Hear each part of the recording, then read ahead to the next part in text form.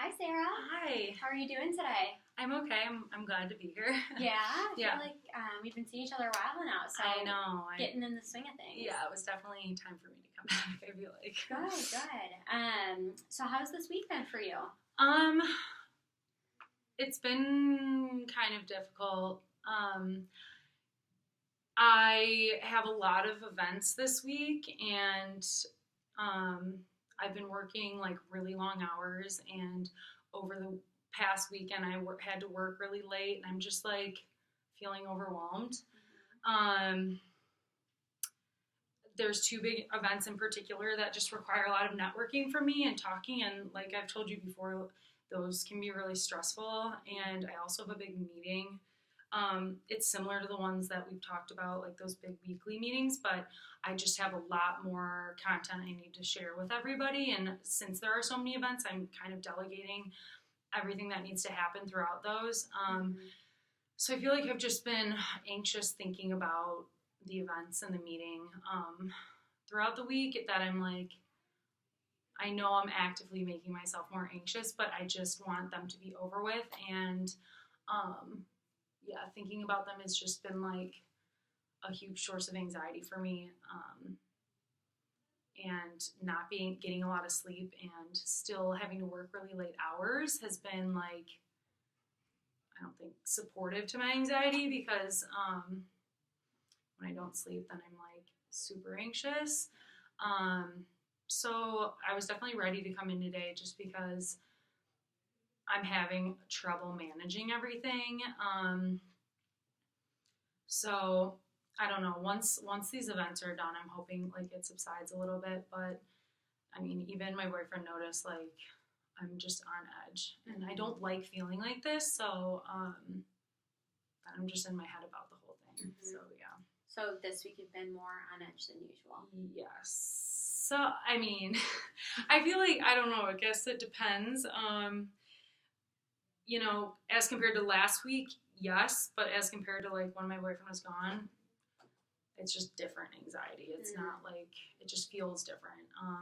But it still has the same like physical symptoms, but it's around different things. And I at least can talk about it with my boyfriend, and he helps a little bit, but at the same time, he always just tells me to quit my job. And it's like, I can't just quit my job. I've worked there for so long, like invested so much time in the company. I was there when they started the restaurant. Like, I mean, the people who work there are like family to me, and obviously my brother is my family.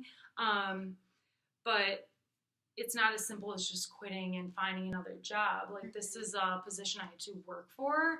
So he doesn't necessarily understand that, and that also kind of annoys me when he just like suggests that I quit, because that's not a quick fix for me. That would take, it would take me a really long time to reestablish myself somewhere else. So you think what's keeping you in this position is how hard and how long you've worked to kind of achieve your standing there? Yeah, definitely. And also, like, I enjoy the work that I'm doing, just not when I have these symptoms. Like, I do like the networking part typically, but I haven't been able to enjoy myself doing it in a while. But I do like being in this industry and working with these people, but I don't know if it's ultimately like my life goal. But right now I don't see myself making that transition, or if I did, it would be a long process. It wouldn't just be me quitting one day because I have anxiety about it. Yeah. Do you think that the stress and anxiety you have would be unique to this role, considering the fast-paced nature of it? Or do you think this is something that you kind of carry with you no matter what? Well, when I'm thinking about it like that, thinking about a new role gives me anxiety in and of itself, so it's almost hard for me to even visualize what else I'd be doing. In college, I majored in social work, and that's still something I'm very much interested in, but my path kind of went a different way after I graduated, and it would be something I'm not opposed to, but thinking how my anxiety would look in that occupation, I mean, anything with people right now is feeling like a lot. I see. So I don't know. Probably it's probably amplified in the setting that I am now. Mm-hmm. But I think it would still be there in another setting. Okay. Maybe until I get a hold of it. But this is definitely like this job is not helping at all by any means. So. Mm-hmm. Have you ever been in a role where you felt not so stressed? I mean, I worked in I was a server in college, and I didn't have the anxiety like I do right now. So yeah, all my previous jobs were, it's just like this past, however long I've been feeling these symptoms, like that's when it started making this job difficult, because this job was something I enjoyed for a really long time. So,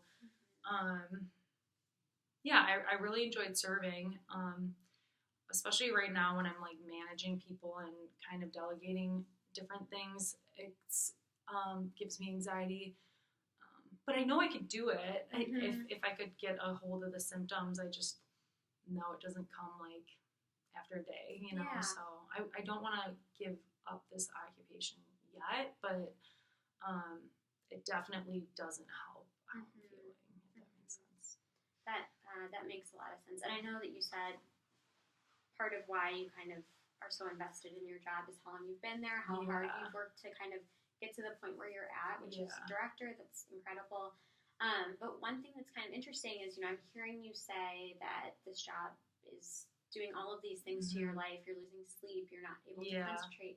You're constantly on edge and feeling kind of restless. Yeah, definitely. Yet, the idea of, finding a new job or maybe something that might reduce or help your anxiety doesn't seem like something you want to entertain. Yeah, it sounds anxiety ridden.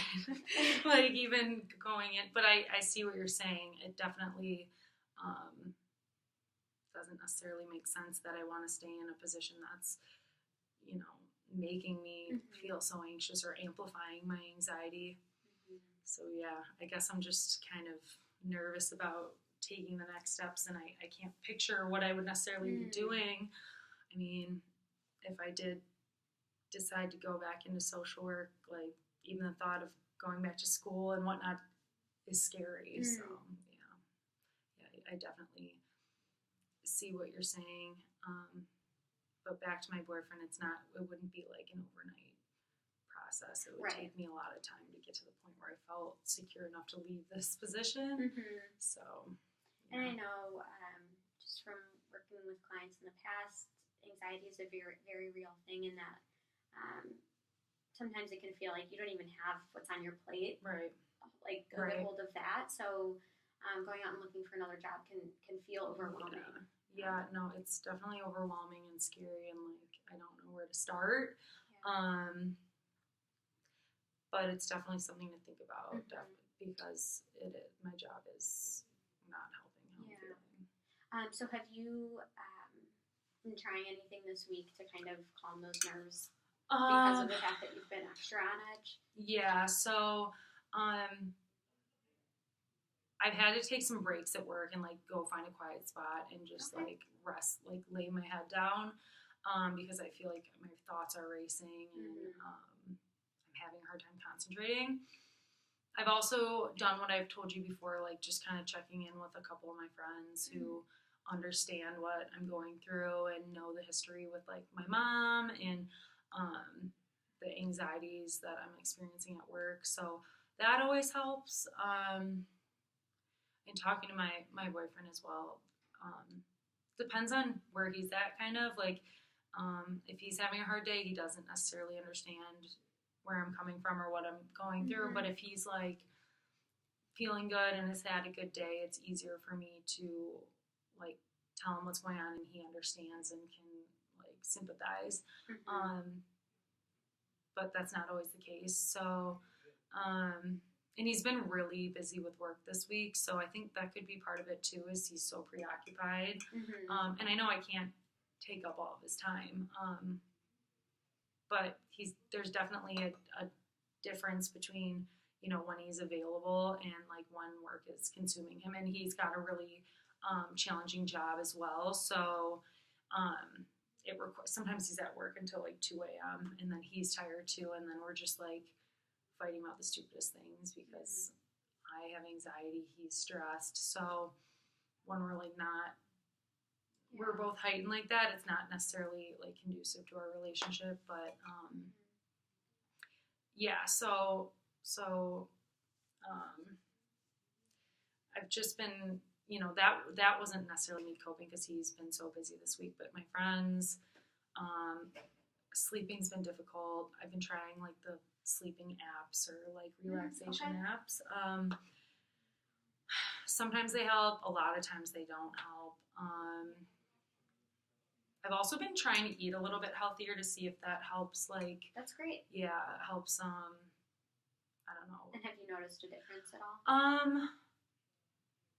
A little bit with energy, but not with like being able to sleep or the anxiety or anything, but a little bit with my energy level. Yeah.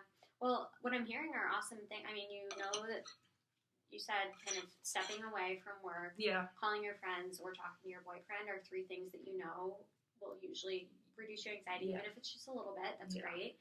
And then trying out different sleeping apps, that's awesome too. And if it doesn't work every night, that's right. That's not even, I would say, the goal just yet. But if we can reduce the amount that you're unable to sleep, then I think that's a win. Yeah, definitely. It would definitely help me feel better during the day too. I know that. Yeah. So. Awesome. Well, I want to kind of switch gears. I know you mentioned your mom, and that's kind of been a big recent topic for you. So tell me what's going on with her and your sister. I know she's involved as well. Yeah, definitely. I wanted to talk about this week just because my sister finally agreed to come with me to go visit her. Great. So we haven't necessarily solidified a time yet, but sometime this month, we're going to drive up together, and like, she's living in a really small apartment, so we want to make sure she has some basic necessities, and we want to get her a cell phone because she's using her social worker's phone to like reach out to us. So we want to help her get a cell phone. But it's going to be, I think that could be contributing to my anxiety because I have no idea what that's going to look like. I haven't seen her in years, so I don't know what to expect, and I know she's not the mom I remember as a child. Even though she's like on medication and doing well with her schizophrenia, not necessarily cancer, she just started treatment, but with the schizophrenia she's doing well. There's still something like not there, like I don't know, like I don't know, just from speaking to her over the phone, I don't know, it'll be an interesting experience, and I'm really glad my sister's coming, but I'm nervous about it for sure. That's big. Yeah. I mean, that's huge, and I think that would be anxiety-inducing for anybody. Yeah. Wow. So I know I heard you say she's totally different from the mom that you remember, and that can be very confusing. Those changes in a parent at any age, but especially for a child. So I guess, like, how are you feeling now about that sudden change? It's weird because, like, I mean, I have memories of my mom, like, before she was sick, but they're so distant now that it's, like, I don't know, it's more of, like, the change from her not being present and me just thinking she's sick somewhere and not present to now being present and, like, able to communicate with us and establish a relationship. So I think that's the biggest change for me is I didn't think I would see her again. And now she's like essentially like in my head back from the dead and ready to have a relationship, and I'm just trying to figure out like how to navigate it. It feels like a different person, like it feels like meeting a new person. Okay. So you said, I heard you say like back from the dead, meeting a new person. So when she I guess when all of her symptoms kind of, Yeah. the schizophrenia became onset, like, did you feel like you lost your mom? Yeah, in a way, like it was gradual, just because like we talked about, she would pop up at school and she was around for a while even while she was sick. But then she'd disappear and then she'd come back, and like those gaps, just the time that she wasn't around just got longer and longer. So it was kind of gradual. But when she, like the major onset of the schizophrenia, occurred, I was young. I don't think I necessarily understood exactly. And, you know, my dad remarried and I had this mom. Like, there was only like a few years where I didn't necessarily have like a permanent mother relationship in my life. So I don't know. It's difficult for me to even understand, because I accepted everything that happened with my mom, and I was sad for her, and we tried to help her. My dad tried to help her so much, but she wouldn't accept that, and I felt like I was at peace with that. So then I didn't mean I didn't think about her all the time. Like, I thought about her, but I didn't think about her in the sense of like still being her and still being present and still being able to have a relationship. So, yeah, this is just like, has me taken aback that she wants to redevelop this relationship. Like I said, it's like meeting, a new person, because the memories of her when she was, you know, fully functioning feel so far away. Like, it doesn't feel, I don't put her in those memories together. So it was almost like the death of who she used to be, and then like the presence of who she is now. So it's two different people in my head. Yeah. And in an ideal world, how do you see next week going, and then kind of from there? I don't know. That's hard to say, just because, like, obviously I want her to be healthy and be doing well, but at the same time, this is happening so quickly to me that part of me is like hesitant, and I want it to end quickly and I can go home and just forget about it. So, I don't know. Like, I want it to go well, obviously, and you know, I want my sister and I to be able to reestablish this with her. I'm scared that may not be the case, and I honestly don't know what to expect. This is such a weird scenario, like different scenario. Like, nobody I know has gone through this, so I don't even know how to, you know, have expectations around what's going to happen. Sure. And it's been so long since you saw her. There really is no expectation. Right. So I know that there's anxiety surrounding it, and is there anything that's making you afraid? Like, is there a worst case scenario in your head? I mean, obviously the worst case scenario would be a huge falling out, I think, between my sister, my mom, and I. In this particular visit, that would be worst case scenario. I think in the long run, worst case scenario would be like her cancer gets really bad. It would be like reprocessing all these feelings that I already felt like I processed, like grieving the loss of her, and then if she gets like really sick again, then I just am and I've built a relationship with her, then I'm just grieving. Yeah. You know, I don't know if that You're putting yourself in a situation that could potentially, you know, hurt you. Yeah, definitely. So. And how's your sister feeling about next week? She's hesitant. I think she's got a clearer head about the whole thing. I mean, for her, she wants to go and see her mom and let our mom know she's there and kind of help her get organized and set up, but that she has her own life here, my sister does, and that she's not necessarily ready to fully reintegrate my mom into her life yet. which Mhm. I understand.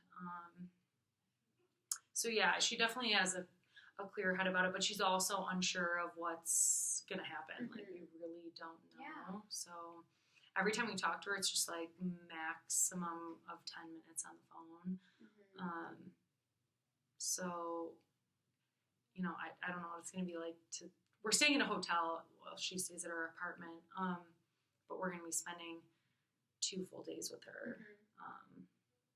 Yeah. So So I want to kind of take us kind of backtrack. So what Mhm. was tell me about your mom before any of the Yeah. symptoms started. So I mean, she was like what I thought would be a normal mom. She was really like funny and bubbly, and she didn't work, so she was home a lot and spent a lot of time with us. Her and my dad I remember them having a really good relationship. Like, my dad really loved her, and she loved him too. And yeah, we have good memories of going on trips places, and it was the 4 of us, my sister and my parents, and she was like generally a really happy person. Mhm. I don't have any specific memory of my parents getting in a fight. Like, I don't think I have a single one of my parents getting in a fight, but that changed when she started experiencing symptoms. Yeah. Because she started hating whatever was happening in her body, made her start hating my dad. Mhm. But yeah, when we were younger, I definitely had, I think, a closer relationship with my mom than my sister, just because she was older and kind of getting into her teen years. Like, Sure. from what my memory, she was older, and so obviously your mom and you butt heads. Like, when you're a teen and she was doing stuff my mom would tell her not to and whatnot. But me and my mom always had a really good relationship. So I do have a lot of good memories of her, and she was just what I would expect to be like a typical mom. She was caring, she was home a lot. She was happy, and my mom and my dad had a good relationship. So Yeah. And I know you mentioned a couple sessions ago that your sister kind of holds a little more resentment towards your mom, and might be like you just said because of her age at the time. But you said, and I want to hear a little bit more about it. You said you never felt like embarrassed or resentful or anything, despite the kidnapping incident and. Yeah, no, and that's true. I don't know. Maybe it has to do with how young I was, and also I'm like generally a happy person, especially as a kid. But I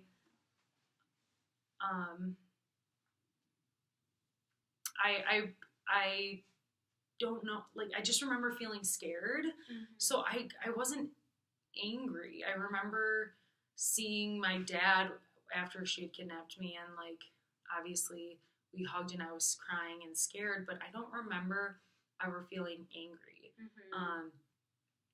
But I do remember my sister feeling really angry, so I don't know why. I wonder, like, if it was how young I was or if it was my just general personality wasn't as angry. I also thought of my mom, like, I didn't think of her as someone who would hurt me or like, so when we were going somewhere in the car, even though we were speeding and flying, like, I remember feeling scared. I don't remember associating it with my mom's fault necessarily. So, yeah, I don't know if that makes sense, but I still don't feel anger towards her, and maybe that has something to do with why I like originally wanted to go into social work. I don't know, because it wasn't. I mean, it wasn't her fault, and I think for my sister, where she was, like, it very much was my mom's fault, and my sister could recognize the danger we were being put in, where I was kind of just like, what is going on? And then as I got older and she was still, coming around, I feel like I grew into knowing my mom like that. Was this in high school? Yeah. Okay. High school and middle school. Like, that came to be the person I knew her as. So it wasn't like as much so as my sister, where she knew my mom as this person without schizophrenia, and then all of a sudden she started experiencing. It was slower for me, so Yeah. I don't know. I just kind of, that's how I remember. Like I guess, how old are you in fourth grade? Like 8. Mhm. Like I don't know. That Yeah. makes sense. And I think you had also mentioned that your senior year was the last time you saw her. So what happened that time? Yeah. It was actually, that's a really good story. Well, not good story, but my dad took us to meet her at a mall in like Michigan or something. Like, so we drove a bit of a way, and he didn't come in because he knew it would upset my mom. Yeah. And so she met us in the mall, and it ended up going horribly. And I saw her, and she was like, she was like, "You're not my daughter. Where's my daughter?" Like, she didn't even believe I was her daughter. And she was like, "Where's my daughter? You're lying to me. You're lying to me." And that's where I was like, I could really see the effects of the symptoms. Just, I mean, she didn't know who we were, me or my sister. And my sister was furious. And it was a very short visit because she didn't recognize us. And we tried to kind of get to her and reach her and help her understand. But she didn't believe us, so it was a very short trip and disappointing trip, obviously.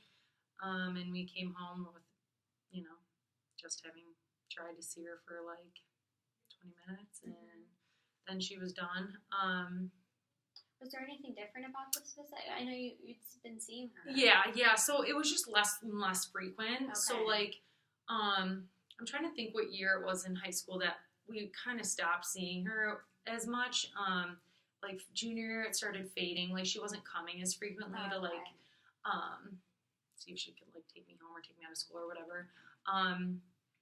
So there were bigger gaps, like 6 months to 8 months to 12 months. And then this trip, I think there was a year gap.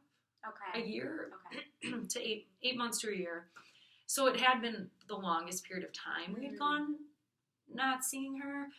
And she was really sick, and you could tell, and she wasn't on any medication. I mean, she looked horrible. Like, she didn't keep herself up. She wasn't showered.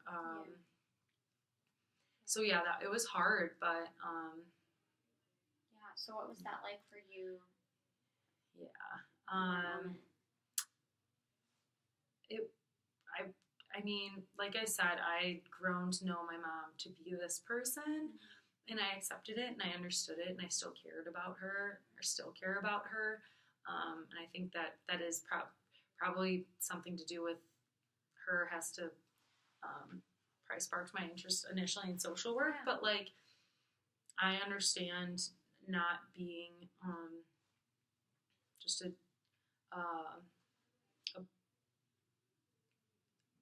diagnosis with these symptoms. Like, she was like, I remember all these happy memories and her being like a typical mom. I know, this was just something biological that happened to her, and it didn't change who she was, like, deep down, and the mom I originally remembered. But I think you have a lot of insight around schizophrenia as a diagnosis, and that it's not who she is. Right. And I learned that in undergrad too, in social work, so that definitely helped me understand even more. But and I think that could, sorry if I'm interrupting, but I think that could serve you in developing a relationship with your mom, rather than if you were, holding resentment and things like that. Because you do know, because you do know it's not something she would have done had she had the choice. No, I definitely do. I definitely know that. Yeah. So. Well, we are, I can't believe it, but we're just about coming up on time. Okay. But I definitely want to, continue talking about this next week. Yeah. Especially since we'll be coming off of that first visit with her. So, yes. I look forward to meeting with you then, and best of luck with the meeting. Thank you. I'll definitely have a lot to share. Thank you for today. Thanks, Sarah. Thank you.